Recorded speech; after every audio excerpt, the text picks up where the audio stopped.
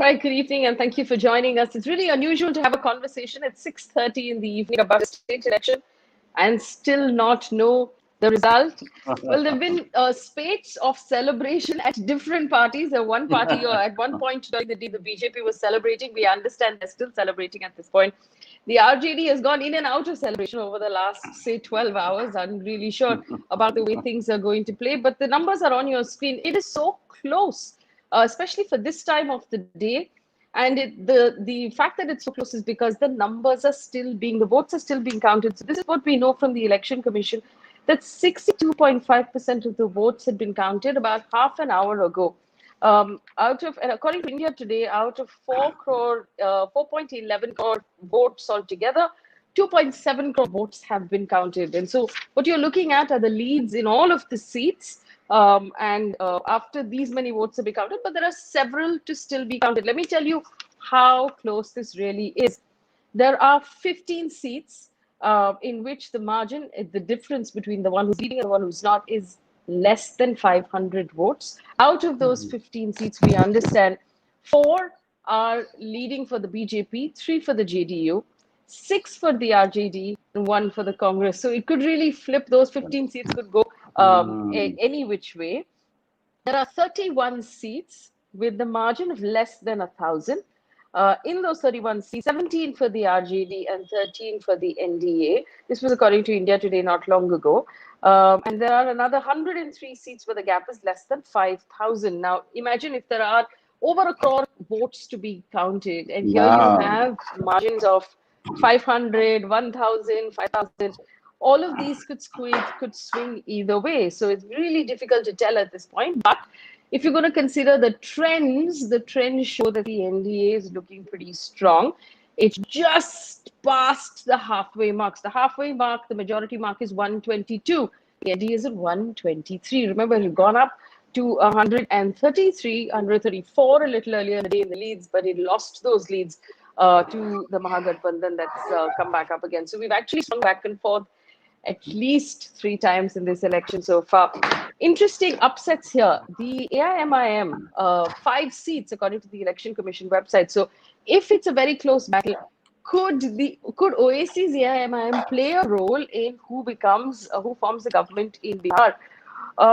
And the Chirag Paswan's LJP was leading in 1 seat. Now we understand the tally is 0. So really, he came in to upset. Right now, the person who would be most upset, I assume, is Chirag Paswan with that result. Also, there's been some buzz from the BJP camp about who will become the chief minister. Some local BJP players are saying they want a BJP chief minister. How much bad news is that for Nitish Kumar? Now, to answer all of these questions, both of our guests have been really kind from this morning, and they've agreed to come back. So both Rajan, Mahan, and Sharat Pradhan joining us right now to help us understand what's going on. Sharat Pradhan, thank you so much for making time. Unfortunately, no more clarity to offer you now than we did earlier today. But it's those seats with a 500 margin, with a 1,000 margin, that's actually on a knife's edge at this point, Mr. Pradhan. Do you see it as going either way?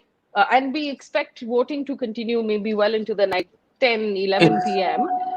Would it change, or is it just going to stay in the margin we're seeing right now? Yeah, Faye, I'm pretty sure, looking at the figures that you gave a little while ago on, I think, 15 seats with the less than 500 margin, am I correct? And 31 seats with the margin of 1,000, right? So that's, that is that totals up to 46 seats, and 46 seats could make world of a difference. And which celebration will ultimately be upheld and who would be entitled to the laddus will depend on a lot on those. And because I don't remember very many elections where it is such a tightrope walk for either party, for either group. And and considering that about 1.3 crore votes have still to be counted, I'm sure we'll go into midnight. At least, close to midnight. It's not because you remember when we were discussing it during the day, There were Yes. barely 40% votes had been counted, and it's now about 4 hours since then. So that means the counting is the process is very slow, and so that gives a lot of scope for either of the groups to have their wishful thinking and continue to celebrate as they have been doing in their respective corners. I, getting in and out of these celebrations. But let me tell you this: in case they succeed, NDA succeeds as of now, since the margins have got closer, and then since during the as compared to the daytime, and if NDA succeeds, I think it would be a big win for Narendra Modi, Prime Minister, because it is ultimately going to the impact that is it's going to make. The verdict of this election is on the persona and the potential and of the one man army called Narendra Modi, because Mm. it is he who has been spearheading the entire show. And in any case, BJP doesn't have a local leader of any worth there. Who is even of course they may have figured in the hoardings from which they had removed Nitish Kumar. But this kind of a verdict also reflects, even if they win, it does reflect how they have distraught the minds of the voters by making it very evident that even as they were partners in the game, they were like partners living in virtual divorce, Nitish Kumar and the BJP, which certainly affects the election. And it is where, as I was saying in the morning, that the Bihari voter is politically very astute. The ordinary man on the street has so much political sense that all this game of fielding of bringing in Mm. Paswan's son, this fellow LJP guy, this has certainly been seen through by the voters. That how BJP is a BJP plant, and then and the way things have in the morning, he seemed to be gaining some two, three, Yes. 4 or 5 seats, but right now he is down in the dumps. And I'm sure this in his case the situation is unlikely to improve. So this will also reflect, and the anger that was against Nitish is is right there, and BJP made no effort to salvage that. Whatever whatever Mr. Pradhan, forgive me for interrupting you, but do you no, believe please. that if the BJP right now, as we're looking at it, the RJD is the single largest party, but Mhm. it's very close. The difference between the RJD and the BJP in terms of who the single largest party is. But Mhm. do you think that the BJP might be considering sort of dumping Nitish Kumar as chief minister or asking for their pound of flesh? Because Nitish Kumar has been considerably weakened. They may We try that, understand but those votes were cut by Chirag Paswan. then it could lead to a Maharashtra kind of situation in which the BJP would ultimately be the loser. It's quite likely. If they try that, Nitish Mm. will can ensure that much, and the Mahagathbandhan will jump for it. So I doubt if they will try to do that. What they would do is put up a facade of still getting along with Nitish, make him there. Maybe after 6 months they dump him, Yes. which is politically, I think that would suit them more than trying to play games at this juncture when the Yes, situation is very, very critical. that would be the more politically astute thing to do. Mr. Mahan, actually, the fundamental question to ask you at this point is: will you be tracking the election, or are you going to switch to the IPL in an hour? So, because we're not going to know either way till about midnight. Well, you just took away what was going to be my opening, that IPL 1 has sort of overtaken, and it's just not allowing people to start focusing on IPL 2, because this IPL 1 is so fascinating and gripping so many people's minds that, cricket seems very passe at the moment, to be honest. But coming back to the election, and, this is like a real seesaw battle. This is something that I don't think anybody at all had foreseen. This is not just the exit polls going wrong. This is something much deeper. And I Deeper. think a very, very, very tight race. And what it reflects is two things to me. One, that there is no doubt that the prime minister continues to be the dominant electoral force in this country, and the BJP's election machine is a really, really, a really big powerhouse. And the other is that if you look at it in the context of what happened a year ago in the Lok Sabha elections, and then compare to that what is happening right now. I mean, there was a complete sweep for the BJP and the NDA, and now what we're seeing is an extremely tight race. So, what it does signify very strongly and clearly again is the emergence of Tejasvi Yadav as a political force worth reckoning and something that's going to stay on perhaps in Bihar's elections and Bihar's politics for a long time now. He's just 31. He's emerged at a time when his father is no sort of big support for him anymore.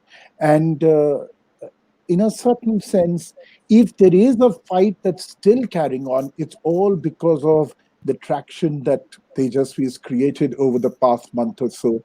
And I'm sure that many in the BJP privately will definitely concede that what he's done is nothing less than some kind of magic.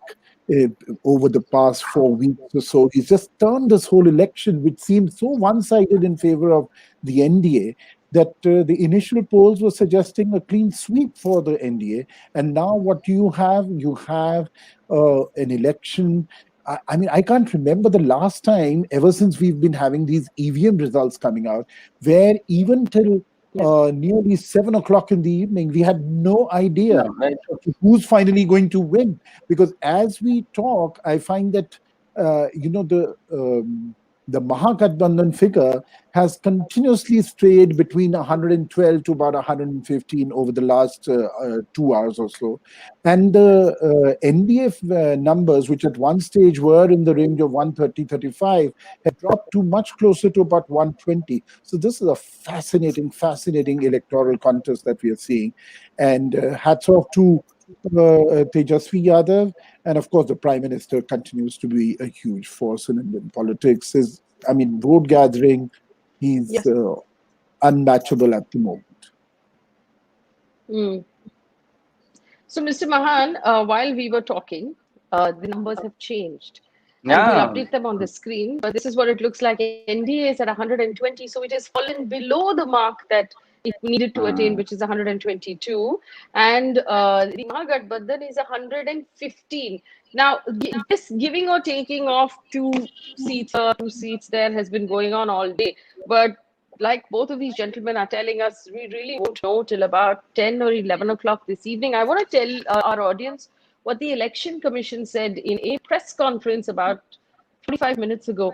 They actually came out and they said, listen, every constituency has 35 rounds of counting, some 50 rounds of counting, depending on the size. Every round of counting takes 30 minutes per round. Plus, then you have to circulate the results to those, members of the parties who are there to watch. There are people watching and noting it down. And then at the end, there is the VVPAT process that has to happen as well, matching those slips of paper randomly with some sort of particular machines. He said it's going to take time. We are not letting it rush us. We're doing it carefully. We're doing it slowly. That's code for it's going to go in well into the night. There is one of our viewers who has asked a question. Unfortunately, the question's a little moot because we sort of know where all of this is. But she's saying there was an encephalitis problem. The children died. There's a lack of infrastructure in government hospitals. Nobody's talking about it. I think to that, Amina, we could add the conversation about the migrant laborers who walked back, the COVID problem in Bihar, the flood problem in Bihar, the fact that children in Bihar were asked to take the examinations, the NEET exam and the entrance exams, and they couldn't because there were floods going on. There were lots of problems. Nobody's talking about it because we're not really sure what impact those problems had on the way people voted. And I just want to read out the vote share as well before I ask both of my guests to comment on it. Party-wise vote share as of today, again, based on the Election Commission website, so far, leading is the RJD with 23.2% of the total vote. The BJP comes in second with 19.5% of the vote. after which is the JDU that has 15, the Congress that has 9, and the LJP that has 5%. Um, interesting here again, the interesting part is the RJD getting the largest sort of chunk of vote share also might be the single largest party. While that doesn't make a difference because they're in pre-poll alliances, it does show that Tejasvi Yadav has perhaps arrived on the scene as a contender. And does it also mean that Bihar will have a very strong opposition, Mr. Pradhan? That's right, absolutely. In fact, that's what I was thinking a little while ago. Even if they are unable to form the government and BJP takes the cake, then too it's no mean achievement for Tejasvi Yadav, whom one had virtually written off until a few months back. He couldn't have was seen as a contender. It is only in the last 2 months, I think, or less than 2 months, that he came onto the center stage and he did things. The kind of narrative he built over his around his campaign was really remarkable, and the kind of crowds he drew, I couldn't have imagined him. It was the kind of crowd that he pulled was really amazing. And a large section of the youth, not just in numbers, the crowd was all along very vibrant, and that was the distinction that one saw from at rallies addressed by Prime Minister Modi as well as Nitish Kumar. The crowds there and those who went to cover these elections, these rallies, were of the view that when they talked to these people, they found that in some cases they didn't even know whose rally they were attending. On the other hand, in Tejasvi's rallies, you could see the crowds get, you can see the difference when the crowd is vibrant, it is participatory, it is responsive. So that was the difference, yes. And so in any case, as Mahan said, that he has come of age. He has established himself as a leader of consequence, and it would be he would the resonance that we felt even in at the national level, because Bihar is not a simple state, and it will ultimately create waves could create waves even in the parliamentary next parliament, which is far away. But yes, it would make he would make an impact. He has made an impact, I mean to say. And now you see the figures again. Here's We were talking, the figures the have changed thing. again, and there seems to be the NDA seems to be down, Slipping. slipping down. So so the figures right now, the NDA is at 121. So one seat has switched Your sides screen is saying from the 120. Margaret. Your screen says 120. Yes.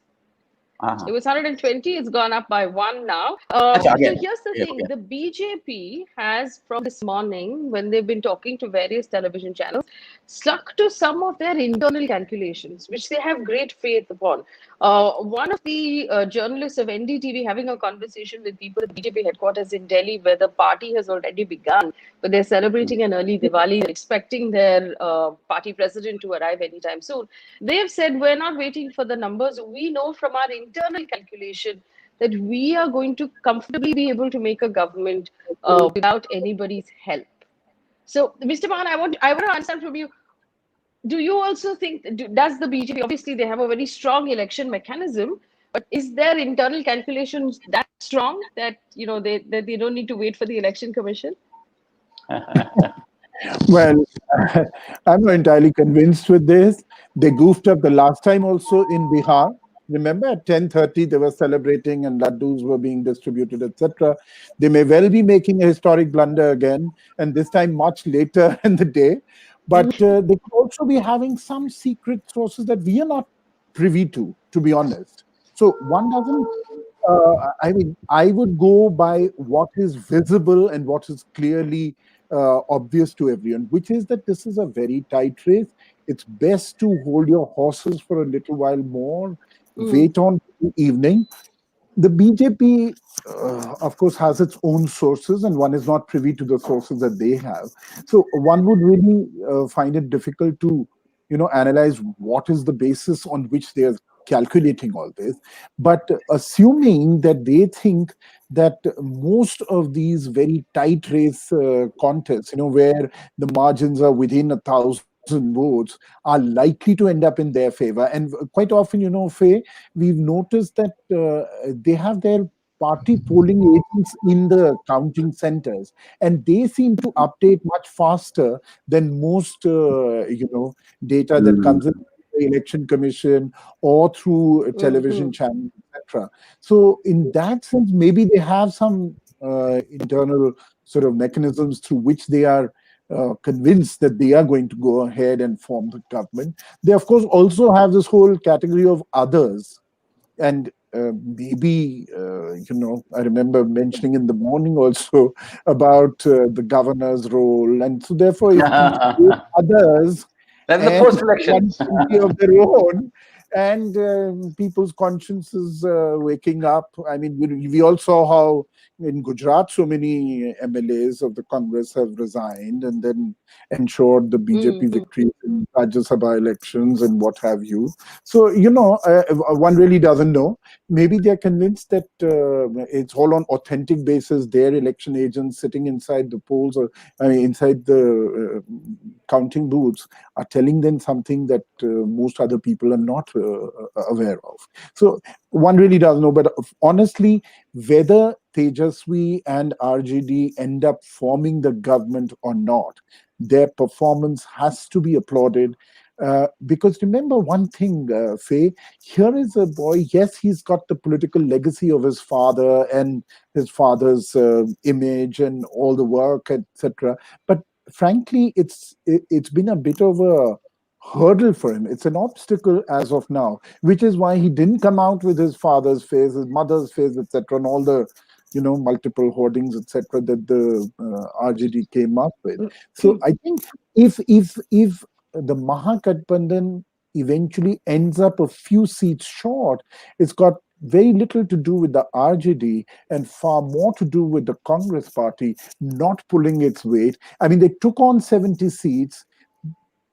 There's, their success rate is not anywhere near even 40%. If they'd won even 40% of those seats, the Mahagathbandhan could well have formed the government. I mean, they're way short of that figure, so not even entering beyond 25. So But that's it.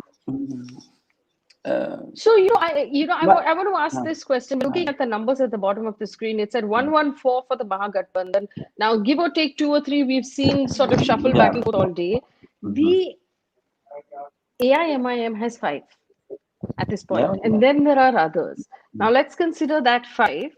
If the Gathbandhan gets, say, another 3 seats, and then they're able to bring in the 5 of the AIMIM, that takes them comfortably past that halfway mark. Is this are these calculations they're going to all be working on in their back room right now, making sort of a B plan in case it doesn't work out, Mr. Pradhan? I'm sure these kind of B and C plans are always in the pipeline, and you just can't rule that out. But what I see, my reading about this, as far as the Congress is concerned, is a little different. My understanding is that I was speaking to some RJD people, and they said that their expectation was for the Congress was not beyond 20. But in their internal assessment, they were not expecting the Congress to score more than 20. So for that matter, I think if that is correct, and then another thing, like just as the BJP has internal mechanism, and did you notice this Manoj Jha, who's supposed to be a very relatively sober kind of fellow and a good analyst, working for the RJD, he was asserting that RJD was in the morning. He was asserting that the RJD is leading in 86, but the figures are not being declared by the election commission. He was accusing them. He said and he was more than confident that they will be able to form the government, be RJD-led government, and his calculations were regarded as pretty serious. It is not like anybody talking off his hat. So if of one hand, everybody knows that BJP has a very strong grassroots level working with, because of RSS involvement in every stage of the election process. But others, I mean, we can't dismiss others as and especially RJD, the backroom boys have been doing their work. And as far as now see the numbers, now the numbers are fluctuating again. Well, this is probably going to continue. This is very distracting, and but yes, this kind of a thing will Yes. up and down, will continue. But it is very, as I said earlier, I don't remember which election there was so much fluctuation, and until 7 o'clock in the evening, and one would not be sure who's ultimately going to rule the roost. So But it is for Rajan Mahan. This is that annoying IPL match where the numbers are not moving in a linear fashion, so going backwards and forwards, and so there's no real way to Yeah. actually apply. Let's just do Duckworth Lewis and call it a day, Mr. Mahan. Well, wouldn't the Congress want that for sure? But to take up on that Owaisi's party, I mean, I was one. point that Faye was raising, I think there is a story and a very major story there. One of the key areas where the Congress had done very well was in eastern Bihar, in the Simanchal area. And they'd won 9 seats out of Simanchal last year. And in fact, in the Lok Sabha also, the one seat that the NDA couldn't capture in Bihar was located in Simanchal. And that's precisely the place where Owaisi and his party are damaging them. Owaisi has taken away 5 seats. So imagine if right now those 5 seats were in the, in the Congress kitty or in the Mahagathbandhan kitty, they would have been up to about 118. Do you realize? So it's these small little forces who seem to be damaging. And similarly, in a similar way that the BSP has damaged the Congress big time in states like, for instance, Madhya Pradesh, even in eastern Rajasthan. Last time when it was going ding dong in the Rajasthan Assembly elections, it was in eastern Rajasthan that they were stuck, and the BSP had taken away 6 seats. Later, of course, the Congress has absorbed those 6 within their fold. That's a different story.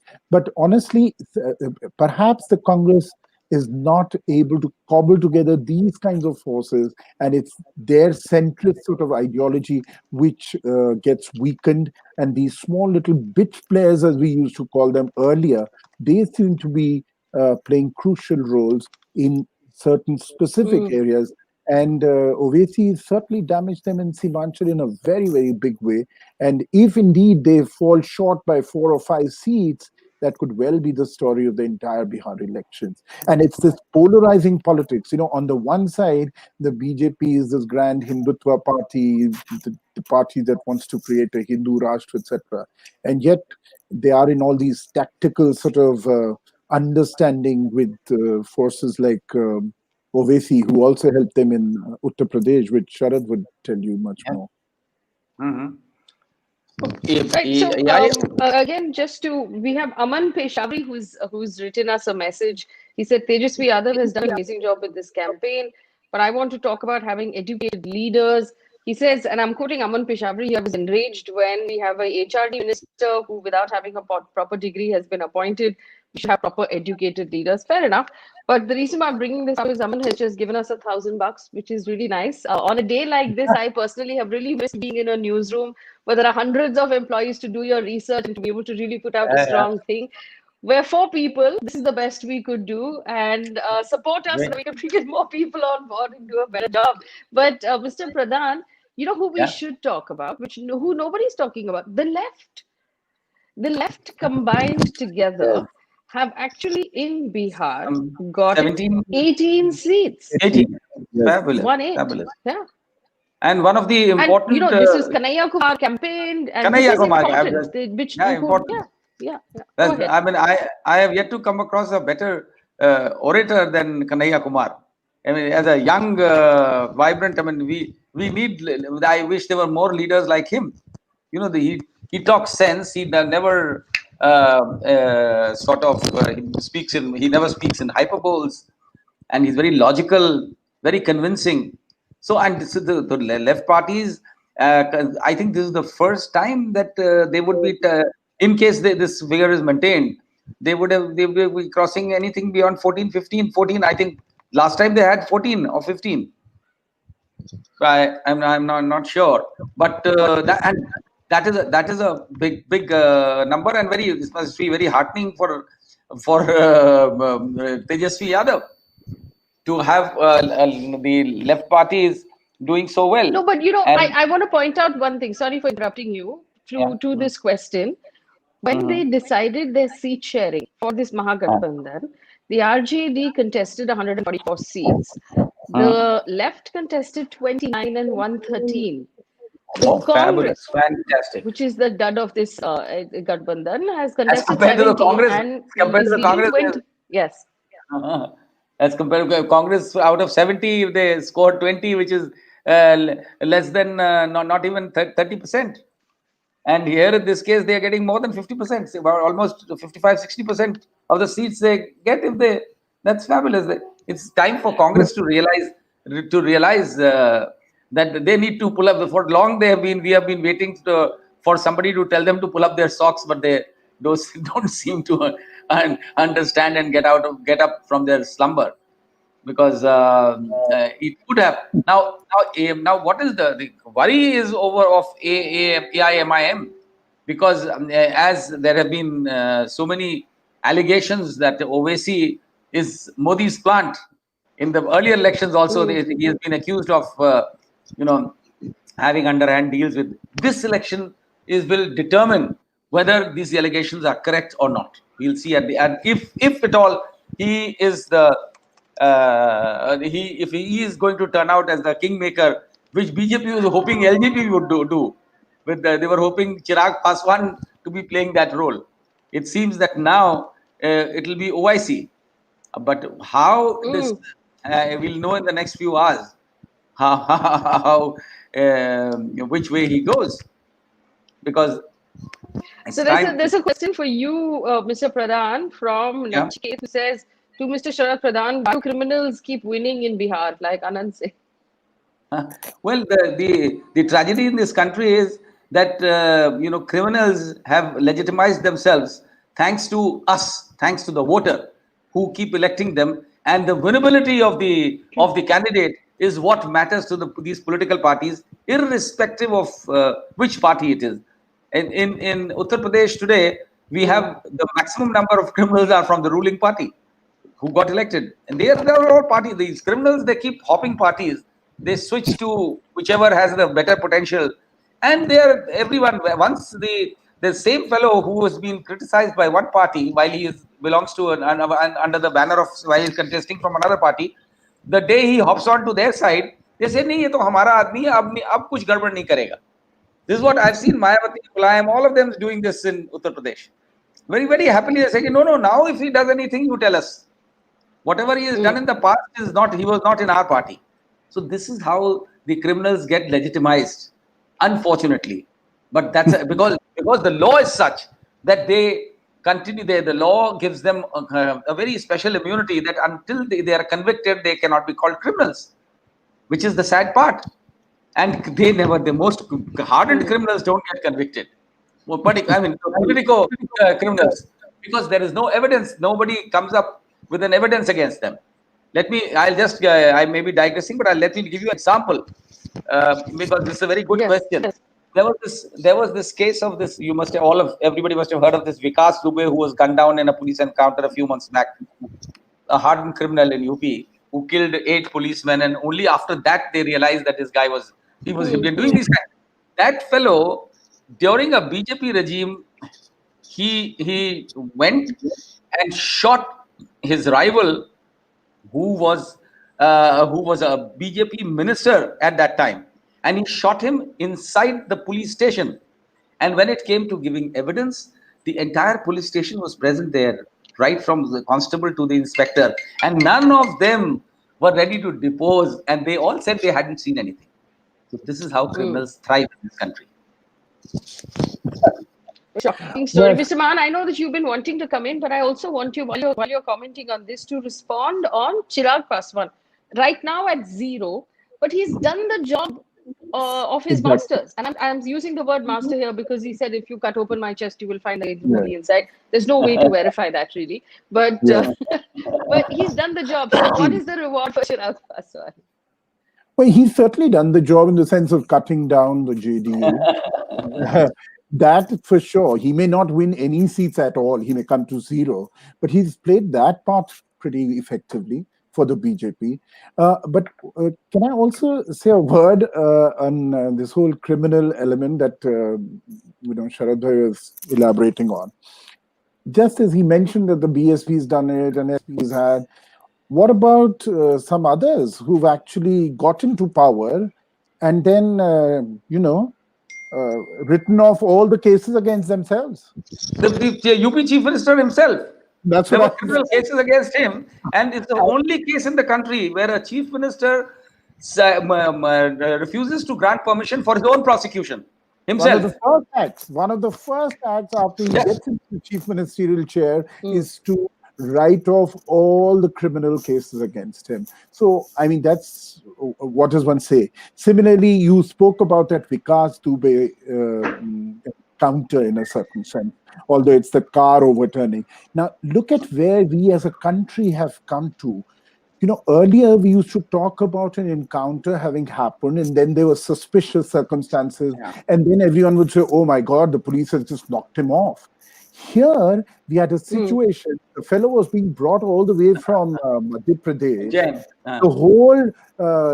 The whole country was focused. He was being brought from hundreds of miles away, and then barely like what was it, about 15 odd miles or 30 miles before he was to get in, the car suddenly overturns. No, I mean, everyone was expecting something to happen, and here's the car overturning, and we are all expected to lump it. And there's no great, I just find that, to come back to that narrative that I have always had in my mind, that the media itself is playing this role where they don't even question. So nobody even raised a stink about it. I mean, here were earlier times when one person dying in police custody or one Oh, suspicious it used to be a. encounter of a confirmed dacoit, etc., would create a huge uproar all across not just the state, but all across the country. And here we were, 1 or 2 days of wishy-washy, "Arey, ye nahi hona tha," etc., etc.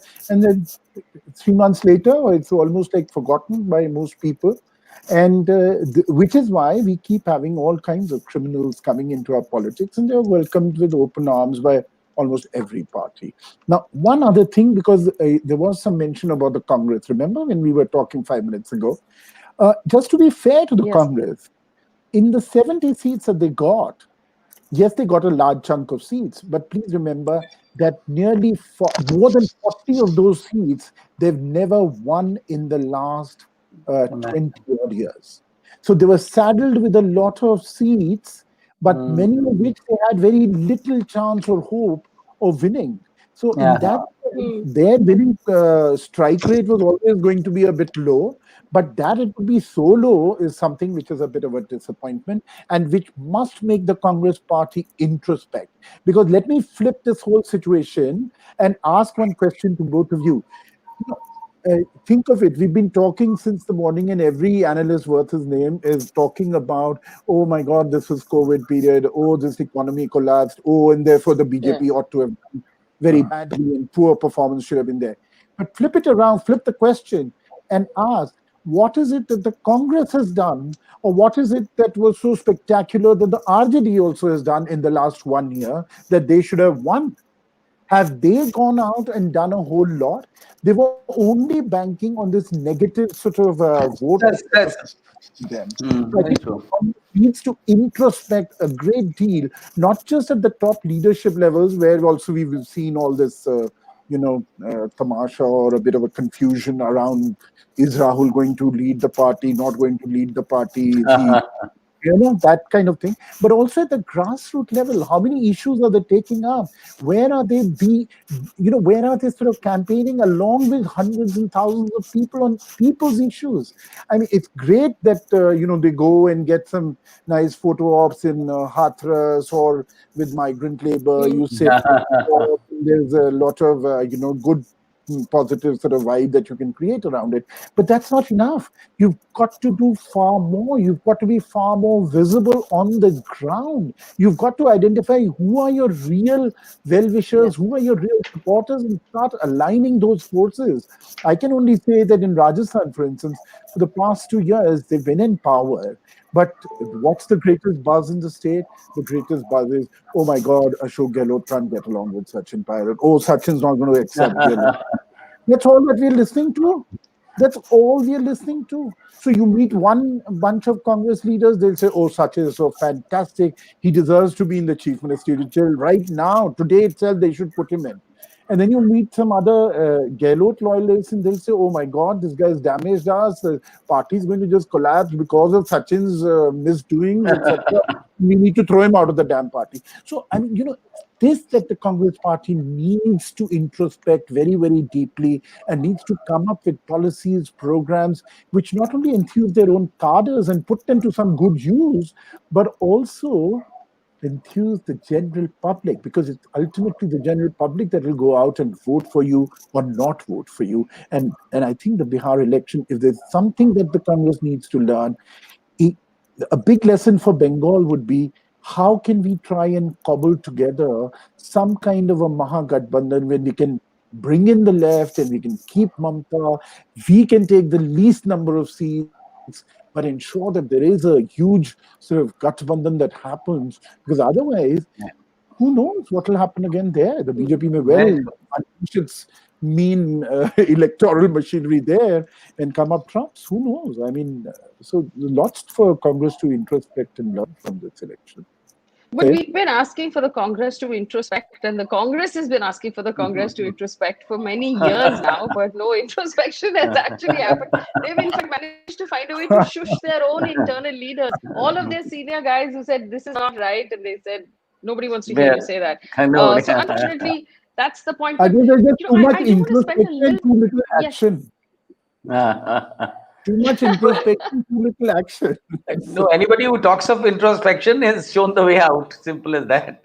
That's the tragedy is that all political parties have become so despotic that nobody wants questions to be asked. And more so in the Congress, I fail to understand why. A simple thing. Somebody like Priyanka Gandhi, who was definitely from day one, I've seen her very closely, followed her from the time she walked into the political arena of Uttar Pradesh to her mother's constituency and father's constituency. She always displayed far more potential. She had so much better connect. She was so spontaneous than the brother. But the Putra Prem in this country, Italian mothers also have the same kind of Putra Prem as Indian mothers. She was not allowed. Even in the UP election, last election, so many times she made forays into UP and said that she's going to camp in Uttar Pradesh and do the camp. But eventually she only, as you said, that they must stay. She comes in as a political tourist. And my understanding is that she's not allowed to come.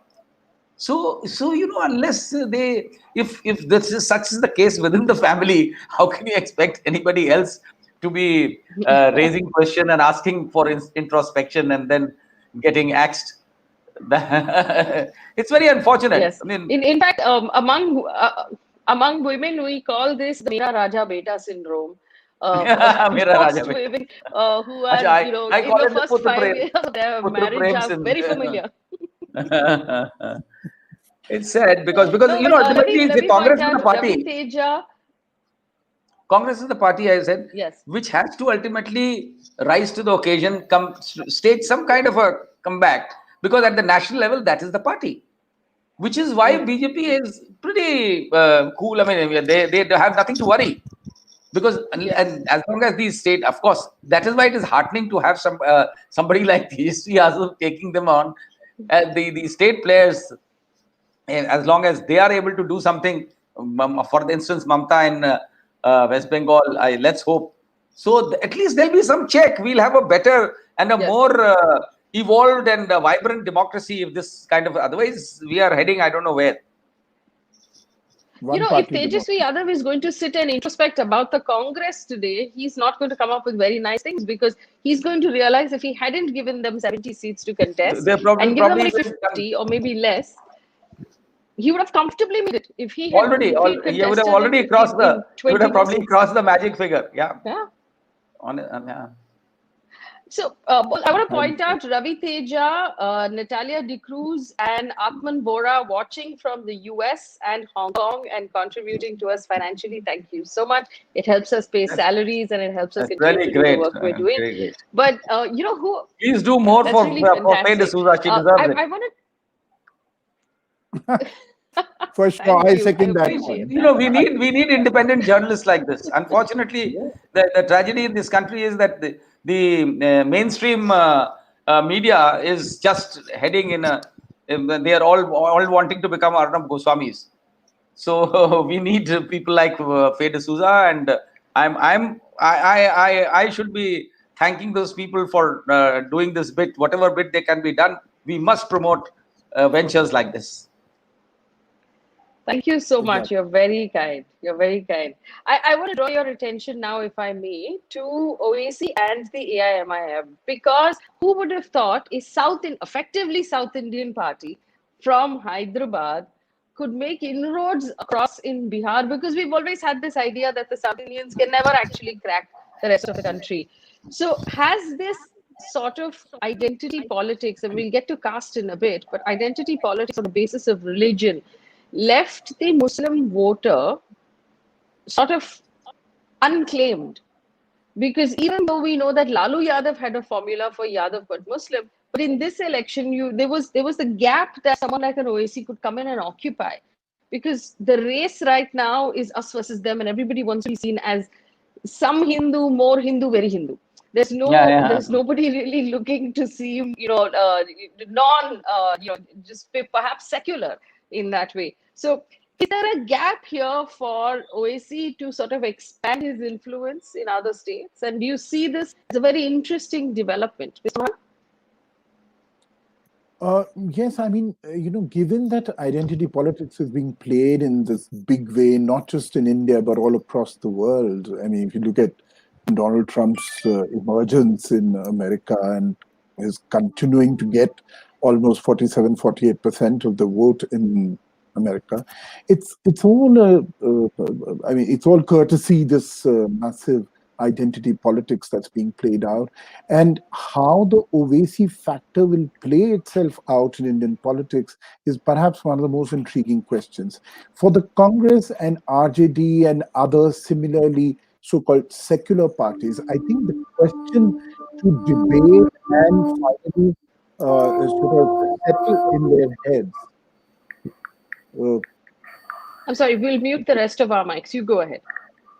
Okay, so the question that we need to answer is this whole bit about soft Hindutva. You talked about, more Hindu, less Hindu, most the biggest Hindu.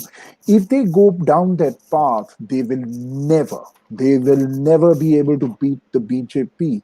The BJP will remain the biggest, the most important, the most influential party in this country.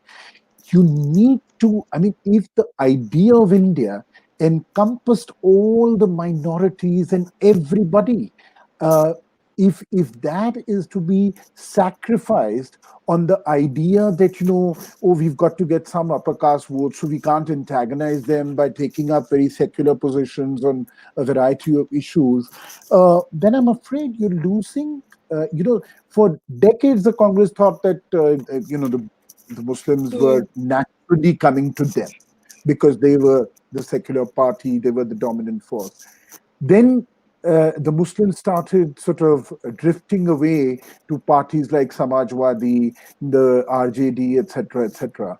Now, if the Congress still doesn't come out and strongly, embrace the Muslims and the the difficulties that they are going through and the kind of difficulties they've gone through over the past 6 years can be termed in just one word: lynching. It's a word that we never were even familiar with. I think 99% Indians had not even heard of that word uh, prior to 2014. I mean, we'd heard of communal riots, we'd heard of polarization and all of that, but we hadn't even heard that there was an instance of lynching anywhere in the country.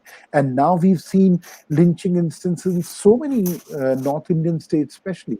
I mean, so much so that I must tell you that, to come to a situation of Rajasthan, you might recall the Pehlu Khan story. Horrific, barely 60 kilometers away from Jaipur. We had this man being brutalized, battered, and then completely killed because of this fear perception. Oh my God, he's taking away the cows, etc. It's an artificially created thing. He had bought the cows. Nobody buys those kinds of cows at such expensive rates to just go and kill them for some meat. So that was completely a fabricated sort of rumor that was spread around in that area, and suddenly we found. But the sad thing, Faye, is that the BJP was ruling, and the BJP, of course, their leaders didn't go. I remember that the chief minister refused to even meet the sons of Pehlu Khan when they came across to Jaipur to try and meet up with the chief minister and seek justice, etc.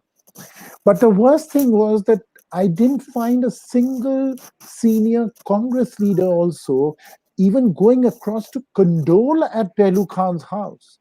Now, this was because elections were just a year away, or maybe 10, 12 months away, and therefore the calculation was, oh my God, we can't be to be too, aligning ourselves with some Muslim issue. They didn't look at it as a law and order issue or as a criminal action, and all they were looking at was how their votes were going to get affected if they were seen to take a very strident position on that issue. Now, that is, that kind of underlines the dilemmas and the difficulties, yes, but at the same time, the in many ways, the kind of the hypocrisy of claiming to be secular and yet not being strident enough on secular issues. If you do not, on issues where even a person is losing his life, if you can't stand up in defense of that person simply because you were perceiving that you might lose 2% or 3% of the upper caste votes, which otherwise might come to you, well, I'm sorry, politics is to be run also on the basis of morality and ethics. I mean, and for the Congress, I don't think anybody needs to give them that lesson. They must learn it from their own greatest all-time leader, Mahatma Gandhi. I mean, if he stood for something, it was sole force. It was that what the conscience tells you is the correct thing. Go ahead and do that, no matter how much difficulty it will create for you, no matter how unpopular you may be. Gandhi says, ekla chalore kind of thing. I mean, if I'm even alone, but going in the right direction, it's better to go in the right direction than to go in the wrong direction, even if thousands are going on that path. So I think it's that moral fiber that the Congress needs to discover in itself on a range of issues, but specifically on this whole communal issue and the way this polarizing politics is being played out, because otherwise they're losing both ways. The Hindus are not going to vote them in big numbers, especially the upper caste, etc. Not, I mean, as I said in the afternoon, the consolidation of the upper caste Hindu vote in favor of the BJP is one of the striking features to me of India's politics over the last 5-6 years. And if they also cannot come out and support issues where minorities are being directly targeted and they're losing their lives, then I'm sorry, why should the minorities get too excited about them? Then an Owaisi, it'll become very easy for an Owaisi to lead them on just the basis of the fact that he's a Muslim and, his Islamic sort of party, and they will fight for their issues, etc. While covertly he may be having all kinds of understandings with the top leaders of their community. Okay? Mr. Mahan, I know that you have to leave, and I know that this is going to drag out now for many hours because it went down you went down to 119 for the NDA. It's come back to 120. So we're shy of 3 or 4 seats for the NDA, 6 or 7 seats for the Mahagathbandhan. It's unlikely that we will have some sort of clear winner in the next 4 hours, 5 hours, however long this will take. How do you see this playing out in the sense that, by midnight, at least we'll know for clear who's forming the government? Is there likely to go into sort of resort politics here in this case? Or will we just, will we have someone comfortable by, say, early tomorrow morning? That's a $1,000,000 question. I don't think I have a clear answer to that one. But my guess is that, this institution of the governor, and the governor is virtually no longer just the ambassador of the central government. Far too many of our governors have taken on a kind of a partisan role for themselves. And therefore, one is this whole question of which is going to be the single largest party. So is it going to be RJD or is it going to be the BJP? One is that question. But the other is also in terms of, which alliance will get higher numbers. So if the BJP gets, say, just for argument's sake, let's say they get 118 and the Mahagathbandhan gets 115 as they're getting right now, and then there are others. So then the invitation will definitely go to, who, the BJP, and then that's like, in many ways, that's almost like the end of the story. But if the numbers drop dramatically and the Mahagathbandhan goes ahead, well, if they go to 123, nothing can stop them. Okay, but resort politics, etc. The others, does the others category contain Owaisi? Faye, just a question. Yes, I believe that's how most of the channels are listing him. But I'm reading out of the Election Commission website. It's still showing that he's won one seat, leading in 4 seats with a total of 5 on the Election Commission website. So I'm assuming that's the other category on the screen includes Owaisi. So his 5 could very, instead of Chirag Paswan, we may find that Owaisi's become the kingmaker at the end of the day, because Chirag Paswan is clearly now he's remaining very steady at 0. So in that sense, he's unlikely to be a major player. So here's the thing. Remember how this morning we said never say never with Indian politics? Let's assume Owaisi becomes kingmaker. Is it obvious which side he will choose to make a king? Or, his politics he's been very vocal. He's been vociferous in his criticism of the BJP. But never say never. Is there a question mark there?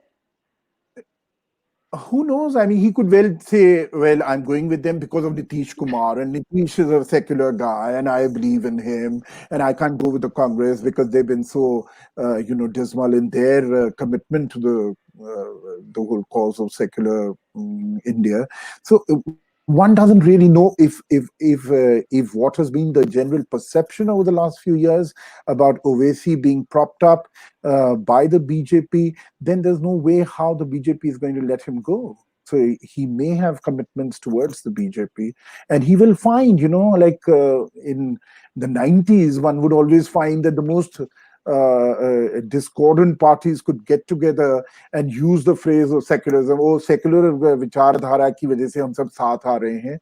Similarly, he could suddenly discover some very strong secular credentials of Nitish Kumar. He may well forget that Nitish Kumar for the longest time has been with the BJP, and the BJP for the longest time, ever since its inception, has always stood for a Hindu Rashtra, etc. So, it's very difficult to predict which way it will go. For the Mahagathbandhan, they have to get to that magic figure of 123. If they don't, then it's more or less game over. Even if they're just short by 3 or 4, they may be 118, 19 also. It might become very, very difficult for them. So let me point out that there are 2 independents. I don't know whether these independents are part of any pre-poll alliance right now, but according to the Election Commission website, there are independents with 2 seats, and AIMIM with 5 seats. That's 7. That's more than that's king for either side. At 7, that's what could make the deal for both sides. Yes.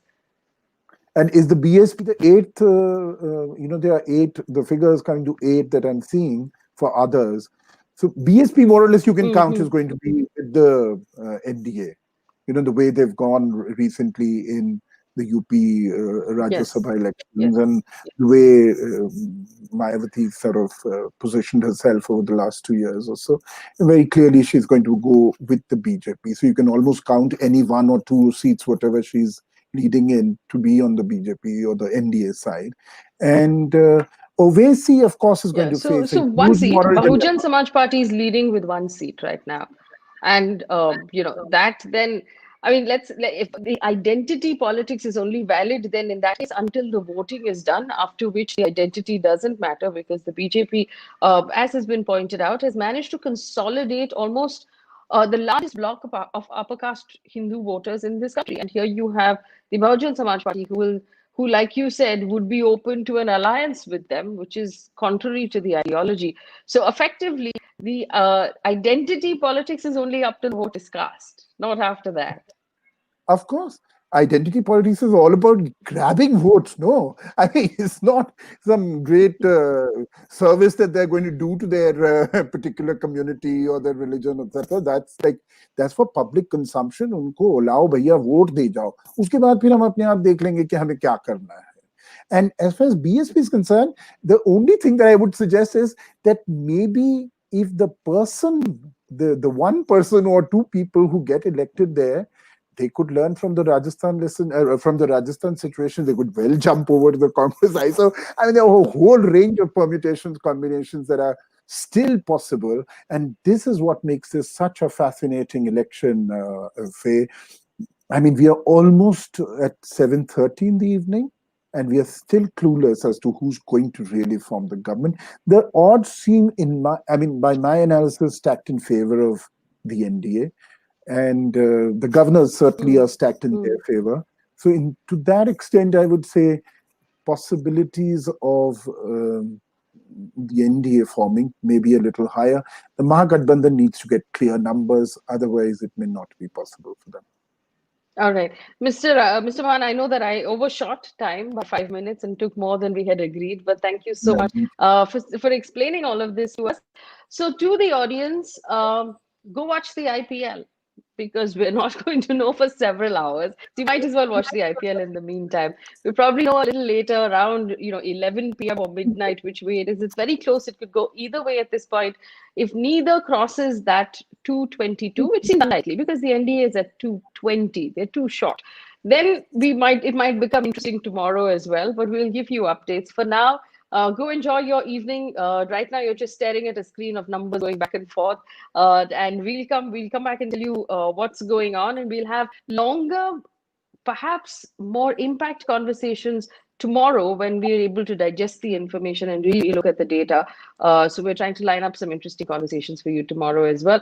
So for now, enjoy the cricket. Mr. Mahan, thank you for speaking with us. Good night. Thanks. Wonderful being with you. Take care. Thank you.